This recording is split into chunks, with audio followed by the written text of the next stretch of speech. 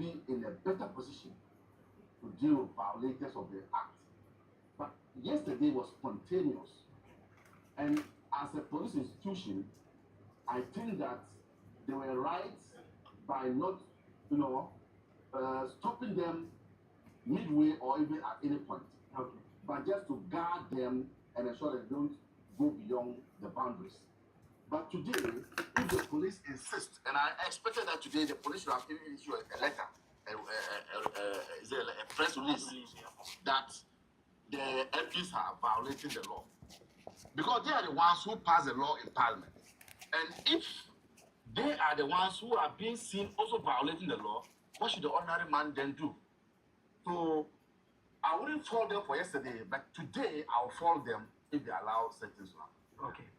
Let me wrap up with Austin on Zoom now. And Austin, final comments as we draw the curtain on this conversation today. Yeah, so, Joseph, I think clearly I will appeal to the Yoko director to produce a person report if you feel the person may interfere with investigation and any other reason, and by reason of that, and also the person is unable to meet the bail condition. It's a clear case that you are not able to release the person. So by reason of that, he must, Monacha must respect Article 14.3 and Section 15 of Act 30. And I also think that the lawyers of Wontumi should go to court if you feel the bail condition is too onerous. And because the law provides that if you feel the bail condition is too onerous, go to court and let the court bar it. They have that right. They should also exercise it. And I think there's one thing I wanted to comment on. The recurrent issue whereby when there's an arrest or when a member of a party, political party, has been invited by law enforcement agencies and they are being interviewed or being detained, you see supporters and even party executives massing at the premises of these state institutions. I think it is worrying. It's one thing we also need to deplore. And I want to speak in strong terms that it is a worrying trend. Because you see, we are in one breath asking that our state institutions are not doing their work. And in another breath, we are the same people frustrating the effort of our state institutions. So it's something I was looking at, because you see, during Akufo-Addo's time, we also saw similar things. And you well articulate that when they are invited and try to detain the former chairman of NDC, we saw supporters of the National Democratic Congress massing at the premises to, I don't know whether to put pressure on the security agencies or so. Yesterday, we also saw the same thing, not just yesterday, 2 days ago and yesterday, we also saw similar thing happening by, where we saw MPP supporters, including party executives, massing and even some threatening the government, threatening law enforcement. This is all become, and it is something we need to, in strong terms, condemn. And I want to use the platform to say that this is not how we build institutions. If you want the institutions to work, if they feel that an individual is a suspect, and by reason of that he or she may have participated or connived with people to participate in a criminal activity, the law enforcement agencies are within their right to invite or detain that person and conduct the relevant investigation. Let's stop interfering and trying to prevent them to do their work. Threatening them it doesn't help anything. Nobody feels threatened when you mass at their premises, threatening the Yoko boss or threatening the police or the IGP. Nobody feels threatened. You must make sure that if the person is really culpable or the person is innocent, let the law go to the person and stop massing, equally inviting supporters from across the country to come and leave their various work. And even we are working against the country, because these are people who are supposed to be working for the product, for the wealth and the prosperity of this country. And they are massing at the premises to prevent law enforcement agencies that we think should more strategically strong and should be following doing their work. We are again trying to prevent them from doing that.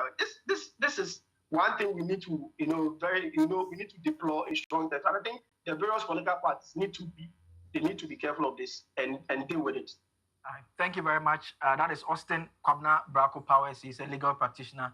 He joined us for our discussion this morning. Let me do some messages just before we go. And this one here is from Prince Henry from Koforidua. He said that the NPP minority MPs must stop being hypocritical and allow the law, which is the law, to work.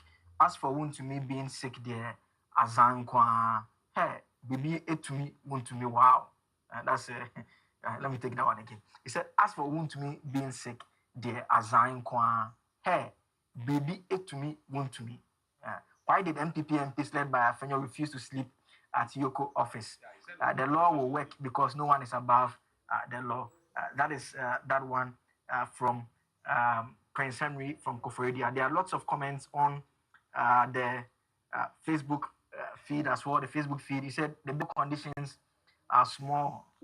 That's what Osei Mr. said when Woyeme was given over 50 million bill there. He said the system of accountability will finally stop corruption. That is a message from Patrick on the Facebook page as well. And another one here, you make reference to the Kwabena Edubuahi one, and you are asking why did the MPs not sit on the floor? That is coming from you, Gershon Intui. You said that why did the MPs not sit on the floor when Kwabena Edubuahi was also granted the 80 million bail bond there? So lots of comments coming through. Thank you so much for sending your messages and watching on Facebook and on TV as well. My guests in the studio have been Abraham Amaliba. He's a legal practitioner, a member of the NDC and Director General of the National Road Safety Authority. Next to him, Ebo Bachman of the Movement of Change, financial and economic analyst. And Prof, I have a friend a very special friend, I must say, in the United States of America. She sent a message. She said, let me read the message directly. I wanted to talk quickly about that. I'm coming. I'll give you 1 minute for for the US one, but the lady here says that Prof is looking very, very sharp. You can make your point in 30 seconds now. The issue about the US mission in US, Ghana mission in US being closed down, I've received a lot of calls from Americans. Ghanaians been open. They've now issued open. They think that such an issue should not happen. You know, you can't do that based on somebody's misconduct. So they were not happy, but now that it's been opened, they think that. I think it was less than even 2 days. Yes. So you can only close it when there's insecurity or there's a threat or there's bad relation between that country, and we need to respect our relationship with other countries. But on that issue, the majority MPs on affairs committee said they were going to go there. Did they go there? No, they've not been there yet. We'll see how. Because summer is time for traveling, and most Ghanaians there want to come home. And all their visas were being delayed because of the closure. So at least now it's been reopened. Yes, let's get that. Let's see how that story unfolds. That is it by way of this segment. Stay tuned in.